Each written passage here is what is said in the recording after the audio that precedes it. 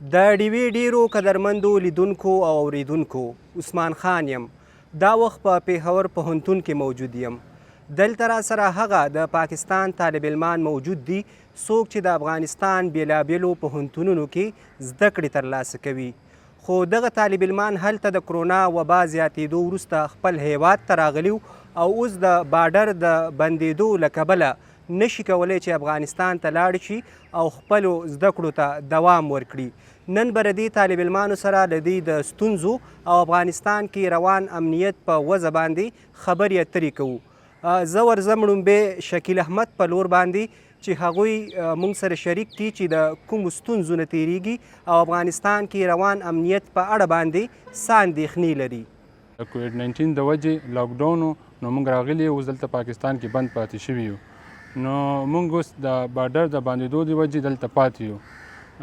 موږ ډېر کسانو سره خبرې هم کړي دي او روانې هم دي د تلو لاره چې موږ ته لاره پیدا کړي. نو زموږ په اګست کې پس یا سیکنډ اګست باندې زموږ اگزام سټارټ کیږي. نو موږ دا ګورنمنټ ته دا اپیل دی، دا ریکویسټ دی چې موږ ته یو لاره یو بندوبست وکړي چې زموږ خپل کلاسز او خپل اگزام اټینډ کړو. موږ سره دلته محمد مشتاق ناست دی د چا تعلق چې د کوز دیر سره دی. هغه هم په جلال آباد کې خپل زده کړې ترسره کوي.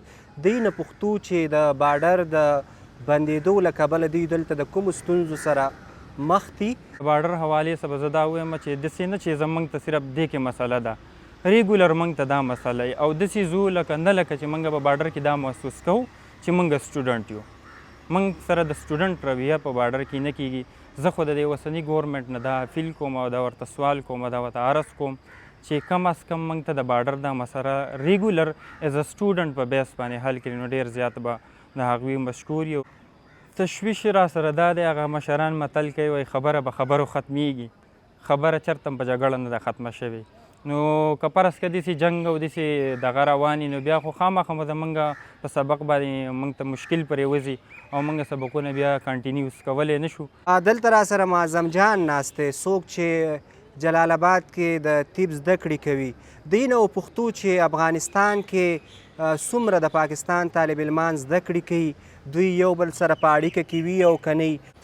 په افغانستان کې زموږ سره د 500 نه زیات طالب علمان دي چې په دې کې هلکان هم دي او جینکۍ هم دي چې په بیلابیلو پوهنتونونو کې سبقونه وایي. زموږ یو خپل یونین دی، موږ ګروپونه جوړ کړي دي د هغې دپاره. موږ خپل مشکل د یو بل سره په هغې کې شریکوو، بیا په هغې باندې خبره کېږي. مخکې موږ د رئیسانو سره د کوم پوهنتونونو چې رئیسان دي د هغو سره خبره هم کوو او خپل مشکل ورته هم وایو.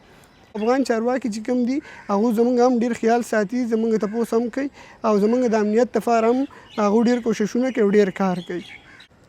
جی قدرمندو لیدونکو او اوریدونکو، افغانستان کې زده کړې ترلاسه کوونکي د پاکستان محصلینو خبرې مو واورېدې چې هغوی د خپلو زده کړو په مد کې کومې ستونزې لري او د امنیت په اړه څه دریځ لري. خو دې لړکې د قبایلي ضلعې خیبر ډپټي کمیشنر وایي چې پاک افغان تورخم پوله د 19 جون نه د پیدل تګ راتګ دپاره بنده کړې شوې ده. خو چې کوم د پاکستان سټوډنټان دي د دې ستونزه موږ د کرونا سار ادارې NCOC ته رسولې ده او چې کله هم د پاکستان حکومت د دې دپاره یو تګلاره جوړه کړي نو د دې طالب علمانو افغانستان ته بیرته تلو دپاره به ګامونه پورته کولی شي.